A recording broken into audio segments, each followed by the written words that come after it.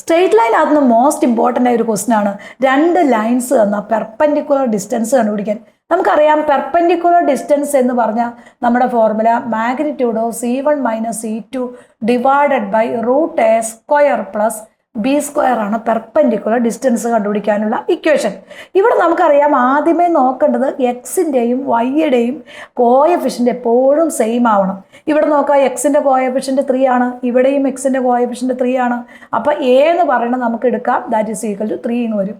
ഇനി വൈയുടെ കോഎഫിഷ്യൻ്റ് നോക്കുക, ഇവിടെ 2 ആണ്, ഇവിടെയും 2 ആണ്. അപ്പോൾ നമുക്ക് ബി എന്ന് പറഞ്ഞാൽ ദാറ്റ് ഈസ് ഈക്വൽ ടു 2 വരും. ഇനി നമ്മൾ അങ്ങനെയാണെങ്കിൽ, അതായത് സെയിം കോഎഫിഷ്യൻ്റ് ആണെങ്കിൽ അതിനകത്ത് നമുക്ക് നേരിട്ട് C1 C2 എടുക്കാം. അപ്പോൾ ഇവിടെ C1 എന്ന് പറഞ്ഞാൽ ഏതാ മക്കളെ, ദാറ്റ് ഈസ് ഈക്വൽ ടു 1 വരും. C2 എന്ന് പറഞ്ഞാൽ ദാറ്റ് ഈസ് ഈക്വൽ ടു 5 വരും. ഇനി ഇക്വേഷനിലേക്ക് നേരെ കൊടുത്താൽ മതി. That is equal to perpendicular distance equal to C1 - C2 1 - 5 divided by √A². അപ്പോൾ 3യുടെ സ്ക്വയർ നേരെ അങ്ങ് എഴുതിയാൽ മതി 9. ഇനി B², 2ൻ്റെ square that is equal to 4. അപ്പോൾ നമ്മുടെ ആൻസർ 1 - 5 എന്ന് പറഞ്ഞാൽ 4. -4 ആണ് മാഗ്നിറ്റ്യൂഡ് ഉള്ളതുകൊണ്ട് +4 എടുത്താൽ മതി. 9 + 4 എന്ന് പറഞ്ഞാൽ 13 വരും, √13 വരും.